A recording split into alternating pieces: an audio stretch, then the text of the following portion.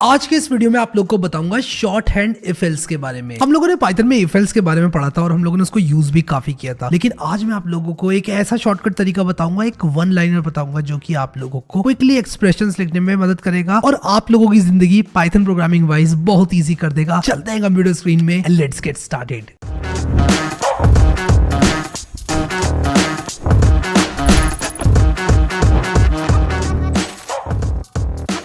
चलो यार, अब बात करते हैं शॉर्ट हैंड इफ एल्स की, क्योंकि शॉर्ट हैंड इफ एल्स एक ऐसी चीज़ है जो कि आपकी बहुत ज़्यादा टाइम बचाएगी, खासकर जब आपको एक्सप्रेशंस लिखने होंगे। तो यहाँ पर मैंने अपनी रेपल को खोल लिया, जैसे कि देख सकते हो आप लोग। अब यहाँ पर मैंने एक प्रोग्राम लिखा हुआ है main.py के अंदर। इनफैक्ट मैंने ये कॉपी किया हुआ है, ये वाला प्रोग्राम।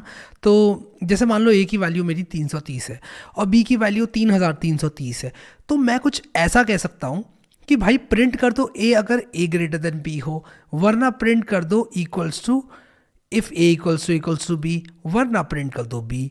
और बहुत ज़्यादा रीडेबल है ये मेरे हिसाब से, कि आप लोगों को किसी को भी दिक्कत होनी नहीं चाहिए इस चीज़ में। अगर आप लोग को है तो यार मुझे बताओ, मुझे नहीं लगता होनी चाहिए दिक्कत यार इस चीज़ में, क्योंकि ये बहुत ज़्यादा रीडेबल है।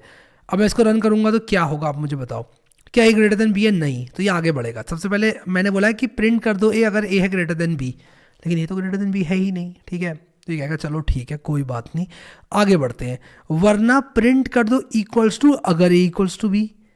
क्या इक्वल्स टू है? नहीं, तो ये आगे बढ़ेगा एल्स प्रिंट बी, इसलिए बी प्रिंट हो जाएगा, कैपिटल बी।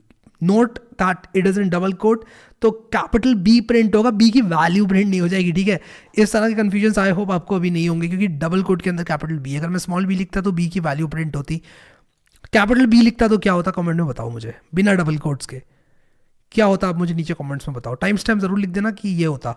ठीक है, इस टाइम के मतलब जो भी टाइम स्टैम्प है वो लिखना, फिर कहना कि ये आएगा आउटपुट। मैं जानना चाहता हूँ कि आप लोगों के दिमाग में क्या है। मैं वेट कर रहा हूँ आपके कमेंट का। अगर आप लोगों ने लिखा है सिंटैक्स एरर तो वो सही है, क्योंकि कैपिटल बी नाम का कोई वेरिएबल नहीं है। आई होप ये चीज़ क्लियर है सब लोगों को। तो यहाँ पर क्या है, there is also shorthand syntax for the if else statement that can be used when the condition being tested is simple and the code blocks to be executed are short। कभी कभी code block short होते हैं। जरा सोचो यार कि मुझे simply लिखना है कि प्रिंट कर दो ए अगर ए ग्रेटर देन बी हो, तो मुझे ऐसे पूरे इंडेंट्स वगैरह लिखने पड़ रहे हैं। ये एक सिंपल वन लाइनर में लिखा जा सकता है पाइथन में, और पाइथन तो फेमस ही इसी चीज़ के लिए यार कि रीडेबल होती है। ठीक है, तो यहाँ पर आप लोग देखो कि अगर मुझे सिर्फ इतना भी लिखना है ना, तो मैं यहाँ पर लिख सकता हूँ print 9 if A is less than B, और एल्स के बाद में डबल कोट लगा दूंगा कुछ इस तरह से, एल्स डबल कोट लगाना जरूरी है और एल्स लिखना भी जरूरी है, वरना सिंटैक्स एरर आएगा।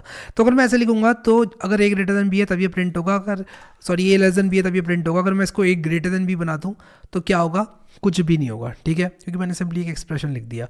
तो आप यहाँ पे देख सकते हो कि इफ एल्स का इस्तेमाल मैं ऐसे कर सकता हूँ, अगर ए ग्रेटर देन बी होगा तब ये चीज़ होगी, वरना ये नहीं होगी। ठीक है, अब अगर मैं यहाँ पर लिख देता हूँ कि C equals to 9 if A is greater than B, कुछ इस तरह से, एल्स 0, तो क्या ये काम करेगा? क्या मैं अगर यहाँ पर प्रिंट सी कर दूं अभी, तो क्या ये मुझे सी की वैल्यू 9 करा के देगा अगर ए ग्रेटर देन बी है? तो हाँ, ये बिल्कुल करा के देगा अगर ए ग्रेटर देन बी है, लेकिन इस केस में ए लेस देन बी है, इसलिए इसने 0 कराई सी की वैल्यू।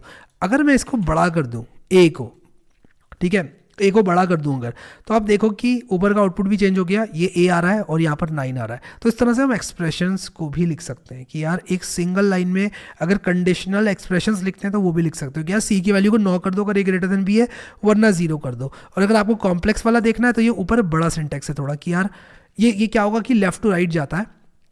आप क्या करोगे? Print A if A greater than B, अगर ए ग्रेटर देन बी है तो प्रिंट ए हो जाएगा, वरना print equals to if A equals to B. तो ये एक बात है, मतलब आप देखो इसको रीडेबल बनाने के लिए इसका सिंटैक्स ऐसे रखा गया है, वरना प्रिंट बी। ठीक है, तो इस तरह से हो रहा है ये, एल्स को वरना करके रीड करो, चीज़ें सिंपल हो जाएंगी। ठीक है, you can also have multiple statements, जैसे कि मैंने आप लोग को बताया, और ये एग्जाम्पल ही मैंने यहाँ पर लिखा हुआ है। अनदर एग्जाम्पल आप यहाँ पर देखो, result equals to value if true, यहाँ पर मैंने जो जेनेरिक एग्जाम्पल है उसको लिख दिया। ठीक है, this is equivalent to this, तो आप यहाँ पर कोई भी वेरिएबल का नाम लिख सकते हो और उसके बाद यहाँ पर कोई भी एक कंडीशन लिख सकते हो या फिर वैल्यू लिख सकते हो। कंडीशन लिखोगे तो रिजल्ट इक्वल्स टू ट्रू या फॉल्स आएगा, उसके हिसाब से वैसे वैल्यू लिखो, जो भी वैल्यू आप लिखोगे, जैसे मैंने यहाँ पर 9 लिख दिया था, और उसके बाद एक कंडीशन लिखोगे यहाँ पर। अगर वो कंडीशन ट्रू है तो रिजल्ट की वैल्यू वो वैल्यू हो जाएगी, अगर कंडीशन फॉल्स है तो रिजल्ट की वैल्यू ये हो जाएगी। ठीक है, तो ये एक जेनेरिक एग्जाम्पल है, और ये सिंटैक्स लिखकर आप इतना बड़ा लिखने से बच गए। ठीक है, तो ये होता है हमारा shorthand if else statement. Shorthand syntax can be a convenient way to write simple if else statements, specially when you want to assign a value to a variable based on a condition. एक condition के आधार पर अगर आप लोग एक variable को value assign करना चाहते हो तो कर सकते हो ऐसा। However it's not suitable for some complex situations where you need to execute multiple statements or perform more complex logic। क्योंकि देखो क्या होता है कि ये रीडेबिलिटी तो खराब कर रही है कोड के, अगर कॉम्प्लेक्स लॉजिक है तो, और अगर कॉम्प्लेक्स लॉजिक नहीं है तो रीडेबिलिटी को सिंपल भी बना रही है, ये भी मैं मानता हूँ। अगर आप लोग कुछ ऐसा हीरो बनने की कोशिश करो कि यार आपका जो इफ एल्स लैडर है वो है कम से कम 10 से 12 लाइन की, अब आप कह रहे हो मैं इसको शॉर्ट हैंड में ज़बरदस्ती बनाऊंगा, आप बना लोगे, मैं मानता हूँ, लेकिन क्या उससे आपकी रीडेबिलिटी सही रहेगी? क्या उससे आपको रीडेबिलिटी मिलेगी? आपकी रीडेबिलिटी खराब हो जाएगी उससे।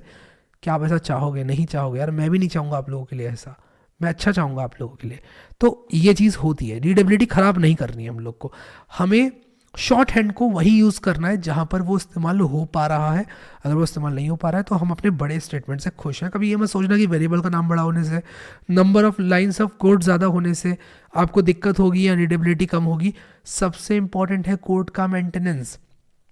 आज जो कोड मैंने लिखा है, क्या 10 साल के बाद अगर मुझे उठाया जाए सोते से तो भी मैं उस कोड को बता दूं कि कैसे लिखा गया था और क्यों लिखा गया था, क्या पर्पस था इसके? अगर हाँ तो आपका कोड मेंटेनेबल है, अगर ना तो आपका कोड मेंटेनेबल नहीं है।